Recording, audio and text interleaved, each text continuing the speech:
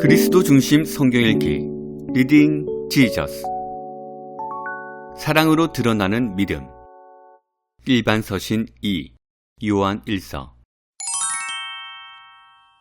요한 1서는 예수님의 12 제자 중 한 사람인 사도 요한이 자녀들이라고 부르는 교회 공동체에 쓴 편지입니다. 당시 교회 안에는 거짓 교사들이 있었습니다. 그들의 잘못된 가르침은 성도들이 가지고 있던 구원의 확신을 흔들 만큼 위험했습니다. 왜냐하면 그 거짓 가르침의 중심에는 예수님의 죽음과 부활에 대한 심각한 왜곡이 있었기 때문입니다. 사도 요한은 그가 사랑하는 성도들이 든든한 믿음의 토대와 반석 위에 설 수 있도록 말씀을 전합니다.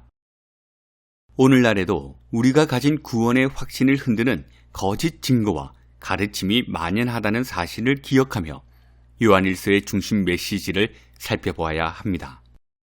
레슨 1. 참 하나님, 참 사람 예수 그리스도.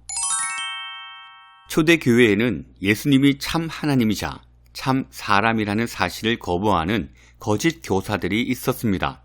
어떤 이들은 예수님이 태초부터 계신 하나님의 아들이라는 사실을 받아들이지 않았고, 어떤 이들은 예수님이 인간의 육체를 지닌 참 사람이라는 사실을 받아들이지 않았습니다. 요한일서의 수신자인 교회 안에는 예수님이 참 하나님이시라면 인간의 육체를 입고 오실 수 없다고 주장하는 거짓 교사들이었습니다. 그들은 그리스도의 사역을 과도하게 영적으로 해석함으로써 예수님이 육신으로 겪으신 경험과 고통을 경시하고 육신을 입고 자기 백성의 죄를 위해 죽으셨다는 사실을 인정하지 않았습니다. 그들은 심지어 교회 공동체를 떠나면서 다른 성도들을 미혹했습니다. 교회에 남은 성도들은 큰 상처를 받았습니다. 그들은 거짓 교사들을 따라가야 하는지 아니면 사도들이 가르치지 않은 새로운 것을 배워서 더 나은 영적인 경험을 해야 하는지 고민하며 혼란한 상황에 놓여 있었습니다. 사도 요한은 이를 바로잡기 위해서 그의 서신들을 통해 예수님이 참 하나님이신 동시에 참 사람이심을 강조합니다. 또한 예수님은 완전한 신성과 완전한 인성 모두를 소유하신 분이라는 사실도 가르칩니다. 그리고 이를 부인하는 자가 바로 적 그리스도라고 엄중히 경고합니다.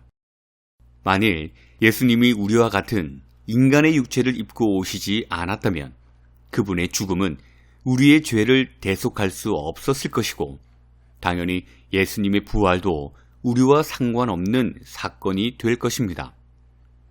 예수님의 신성과 인성의 조화는 구원의 토대입니다.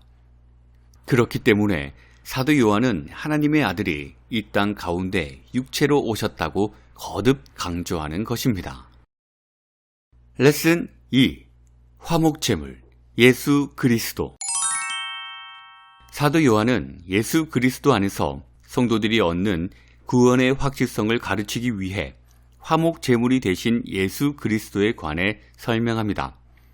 예수님은 죄인인 우리를 구원하기 위해 육신을 입고 화목제물로서 이 땅에 오셨습니다. 여기서 화목제물은 두 가지 의미를 갖습니다. 첫째, 그리스도께서 우리의 죄를 사해 주신다는 의미입니다. 둘째, 그분이 우리의 자리에서 하나님의 진노를 대신 받으셨다는 의미입니다. 그분은 특정 집단, 계층, 종파를 위한 제물이 아니라 온 세상의 죄를 위한 화목제물이 되어 주셨습니다. 그는 우리 죄를 위한 화목제물이니 우리만 위할 뿐 아니요 온 세상의 죄를 위하심이라. 요한일서 2장 2절. 그리스도께서 친히 화목제물이 되신 것은 구원이 우리에게서 나는 것이 아니라 우리 밖에서 온다는 것을 의미합니다. 우리의 구원은 하나님이 약속하시고 예수 그리스도를 통해 이루신 것이며 성령께서 우리 안에서 증거하신 일입니다. 그렇기 때문에 우리가 구원을 확신할 수 있는 것입니다. 이러한 그리스도의 화목제물 되심은 우리를 향한 하나님의 사랑을 확증합니다. 하나님의 사랑이 우리에게 이렇게 나타난 바 되었으니 하나님이 자기의 독생자를 세상에 보내심은 그로 말미암아 우리를 살리려 하심이라. 사랑은 여기 있으니 우리가 하나님을 사랑한 것이 아니요 하나님이 우리를 사랑하사 우리 죄를 속하기 위하여 화목제물로 그 아들을 보내셨습니다. 요한일서 4장 9절에서 10절. 레슨 3. 무죄하다는 거짓말. 당시 사도 요한을 대적하던 거짓 교사들은 윤리적으로 큰 결함을 가지고 있었습니다. 그럼에도 불구하고 그들은 자신들이 하나님과 더 가깝다고 말하며 자신들이 다른 사람들보다 더 영적이라고 주장했습니다. 이에 대해 사도 요한은 하나님과 사귐이 있다고 말하면서 어둠 가운데 행한다면 그것은 기필코 거짓이라고 지적했습니다. 만일 우리가 하나님과 사귐이 있다 하고 어둠에 행하면 거짓말을 하고 진리를 행하지 아니함이거니와. 요한일서 1장 6절. 거짓 교사들은 자신들에게 죄가 없다고 주장했습니다.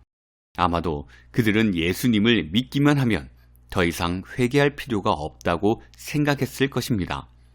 그러나 요한은 이들을 가리켜 스스로를 속이는 자라고 말합니다.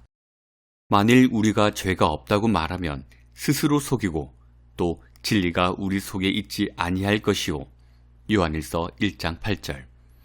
하나님에게로부터 난 자들은 자신이 무죄하다고 말하는 자들이 아니라 빛이신 하나님에게 죄를 용서받고 빛 가운데 행하는 자들입니다. 그리스도의 보혈이 우리의 모든 죄를 깨끗하게 하셨기 때문에 하나님은 우리에게 용서를 약속하십니다. 만일 우리가 우리 죄를 자백하면 그는 미쁘시고 의로우사 우리 죄를 사하시며 우리를 모든 불의에서 깨끗하게 하실 것이요. 요한일서 1장 9절. 그리스도 안에 있는 자들은 죄의 권세 아래 있지 않지만 여전히 죄와 싸우고 삶의 현장에서 죄의 가능성을 품고 삽니다. 그렇기 때문에 우리에게는 회개의 삶이 필요합니다. 레슨 4. 서로 사랑하는 것이 마땅하도다. 요한은 우리가 그리스도와 믿음으로 연합되었다면 우리의 삶을 통해 구원의 열매가 나타나야 한다고 말합니다. 이는 하나님의 성품을 반영하는 삶을 사는 것을 의미합니다. 특별히 하나님은 사랑이시기 때문에 우리의 모든 행위는 하나님과 이웃에 대한 사랑으로 나타나야 합니다. 또한 하나님과 이웃에 대한 사랑이 우리의 모든 행위의 토대가 되어야 합니다. 하나님은 사랑이시라. 사랑 안에 거하는 자는 하나님 안에 거하고 하나님도 그의 안에 거하시느니라. 요한일서 4장 16절. 이러한 맥락에서 요한일서는 형제 자매에 대한 사랑을 하나님에 대한 사랑과 관련 짓습니다. 눈에 보이는 형제 자매에 대한 사랑으로 눈에 보이지 않는 하나님에 대한 사랑이 표현되어야 한다는 말입니다. 결국 하나님과 이웃 사랑은 공동체 안에서 실현되어야 할 최고의 지향점입니다. 누구든지 하나님을 사랑하노라 하고 그 형제를 미워하면 이는 거짓말하는 자니 보는 바 그 형제를 사랑하지 아니하는 자는 보지 못하는 바 하나님을 사랑할 수 없느니라. 우리가 이 계명을 주께 받았나니 하나님을 사랑하는 자는 또한 그 형제를 사랑할지니라. 요한일서 4장 20절에서 21절. 이 가르침은 부활하신 예수님이 제자들에게 주신 새 계명을 상기시킵니다. 너희가 서로 사랑하면 이로써 모든 사람이 너희가 내 제자인 줄 알리라. 요한복음 13장 35절. 또한 하나님은 우리가 그리스도의 말씀을 잘 따를 수 있도록 성령을 우리 안에 주셨습니다. 우리는 성령을 통해 그리스도 안에서 베푸신 무한한 하나님의 사랑을 깨닫고 일상 가운데 사랑의 열매를 맺을 수 있습니다. 사랑하는 자들아, 우리가 서로 사랑하자. 사랑은 하나님께 속한 것이니 사랑하는 자마다 하나님으로부터 나서 하나님을 알고. 요한일서 4장 7절. 리딩 지저스. 요한일서는 완전한 하나님이자 완전한 인간이신 예수님을 보여줍니다. 특히 예수님의 완전한 인간성을 강조합니다. 요한은 자신이 직접 목격하고 함께한 하나님의 아들 예수님이 참 사람으로 오셨다고 말합니다. 이는 처녀가 잉태하여 아들을 낳을 것이라는 이사야 7장 14절 말씀의 성취입니다. 구약시대의 화목제물은 짐승이었습니다. 하지만 짐승의 피는 결코 인간의 죄를 완전히 속죄할 수 없습니다.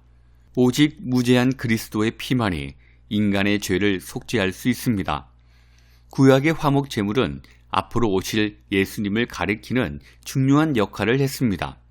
이제 예수님이 온 세상을 위한 화목제물이 되셨습니다.